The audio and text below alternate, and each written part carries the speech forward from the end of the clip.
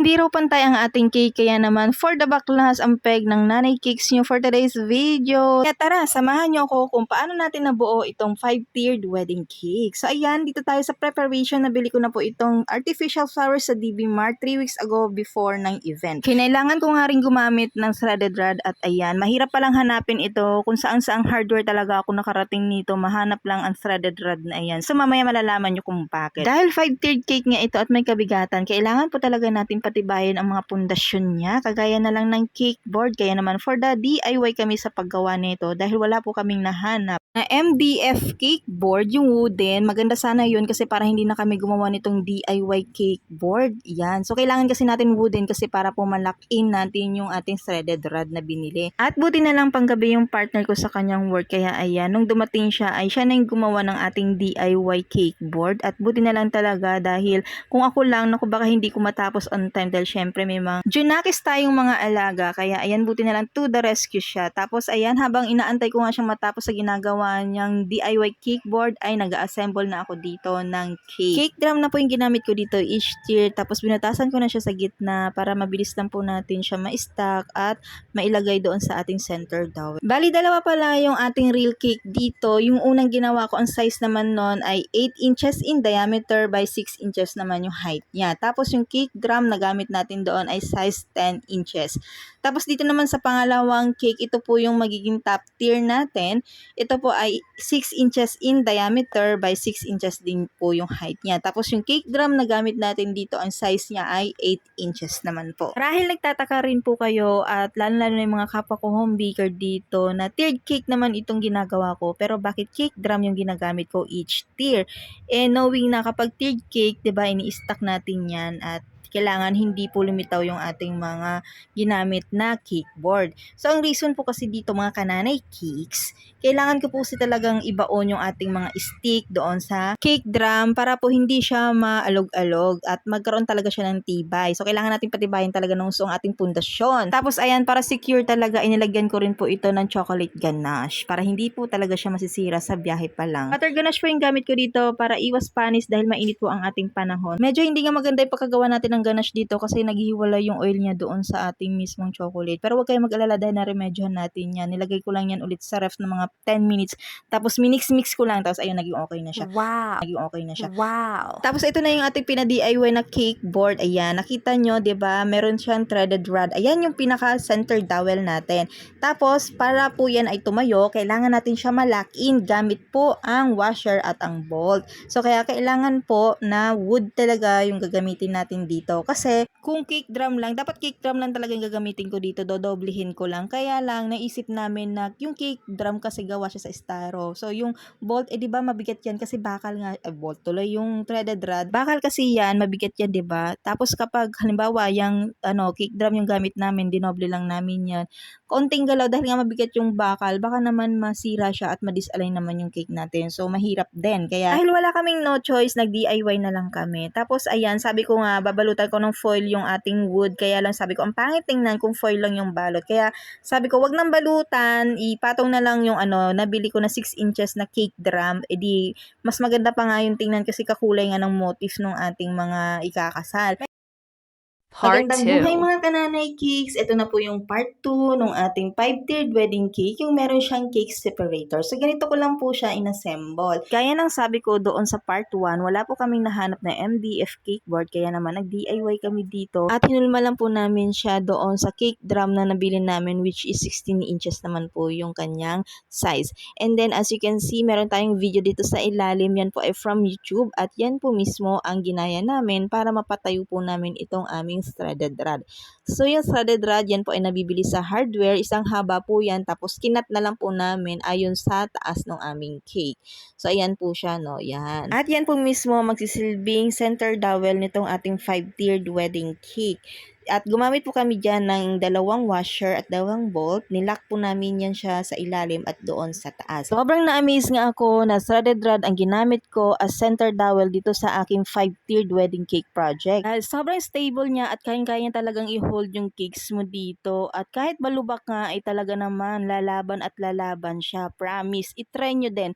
Alam nyo kaya hindi ako gumamit ng wooden dowel dito kasi hindi talaga ako kumpiyansa doon kasi alam ko na hindi yun stable lalo na at malayo ang biyahe ng cake na ito. Imagine niyo na lang po yung layo ng biyahe niya from Pinagbuhatan, Pasig to Caloocan to Cavite to the venue which is sa Tagaytay. Imagine napakalayo ng biyahe tapos ang init pa ng panahon pero good thing buo at safe nakarating ang ating cake sa venue. Kaya napakahalaga talaga na patibayin natin ang pundasyon ng ating cake, lalo na kung sa malayo ito dadalhin. Now, dito naman tayo sa acrylic cake separator at nabili ko lang po yan sa Orange App. Bali, ang size nilang dalawa ay 10x4 at 8x4. Tapos binutasan ko lang po yan sa gilid para mailusot ko yung wire ng ating LED light. Tapos dinikit ko naman siya gamit ang glue gun. Tapos ayan na yung sample ng ilaw natin. Nakita ko nga ang technique na ito kay DJ Licious, kaya thank you so much me for sharing your knowledge. O diba?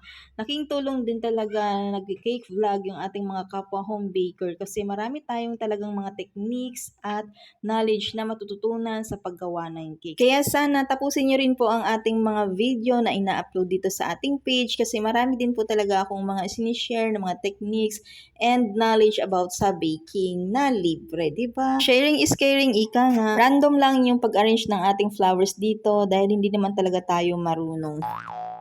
At ito na nga po, na-stock na natin yung ating cake separator na 10 inches at yan po yung magsisilbi nating second tier. Hindi nga ako kontento doon sa pag-arrange ko ng flowers nung una, kaya naman nire-arrange pa natin yan. At dahil dyan, kakaisip ko kung anong magandang angulo ng mga flowers na ito, ay nasagi patuloy natin yung ating frosting. Kaya ayan, nilagyan na lang natin siya ng texture kasi nga hindi ko na siya mapakinis ulit dahil nag-set na nga yung kanyang frosting. At same lang din po yung ginawa ko dito para sa ating third tier at top tier. Tapos yan, as you can see, meron siyang ganache. Opo, kasi nga malayo yung pagdadala ng cake na ito kaya kailangan ko mas-secure na talagang matibay yung ating cake kahit na ito ay soft icing lang.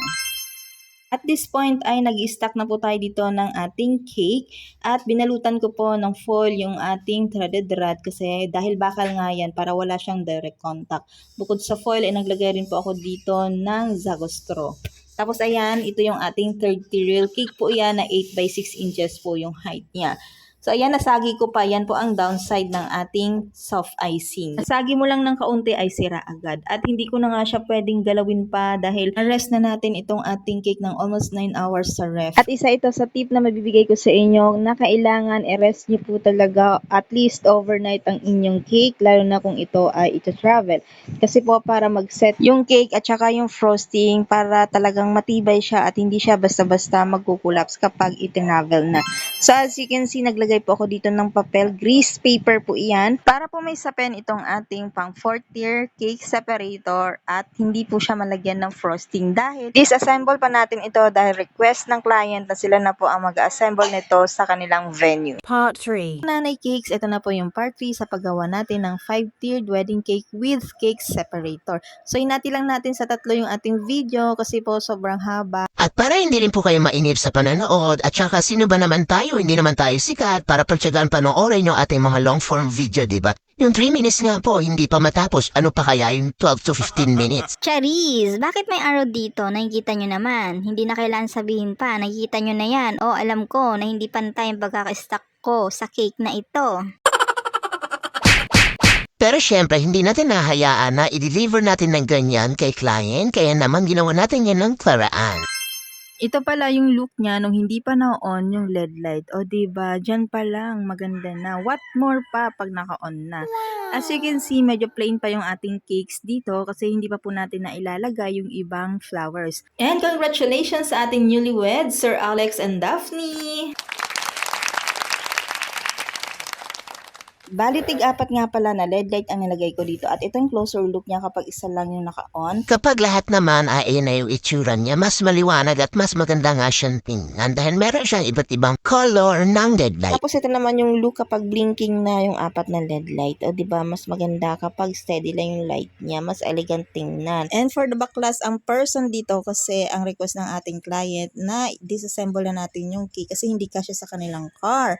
And sila na rin daw po ang mag-assemble nito sa venue which is sa Tagaytay.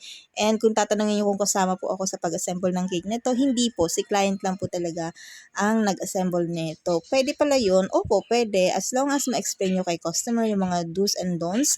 And syempre, sinendan din natin si customer ng ating video kung paano natin in-stock yung cake. Para may reference nila kung paano in-stock each tier itong ating 5-tiered wedding cake na may cake separator. Actually, yung ating cake separator ay may butas po yan sa gitna. Tapos kung napansin nyo doon sa ating intro ay hindi nga pantay, well, wag po kayong mag-alala dahil hindi po natin deliver kay client ng hindi pantay. Diba, syempre, wedding cake ito, hindi naman pwedeng pabayaan na lang natin ng gano'n yun. Kaya inayos po natin yun. Bali, niluwagan na lang po namin yung butas doon para pwede siyang ma-adjust. Tapos inalis na natin yung foil dyan na una natin ginamit tapos pinalitan na lang natin ng bago. Tapos itong ating bottom tier at saka second tier na cake separator ay hindi na po natin yan binaklas kasi caring-carry na yan dahil magaan lang naman po yan. And then may kasama din pala itong 50 pieces na cupcakes. 2 ounces po yung ang kanyang size. Tapos ayan, may pasobra tayong 4 dyan. And shoutout nga pala kay Miss Isel Grace na umorder ng cake na ito. Thank you, Cheese, ha, pagkitiwala dito sa EDH. Simula sa po talaga, simula nag-start ang EDH ay suki na natin si Madam.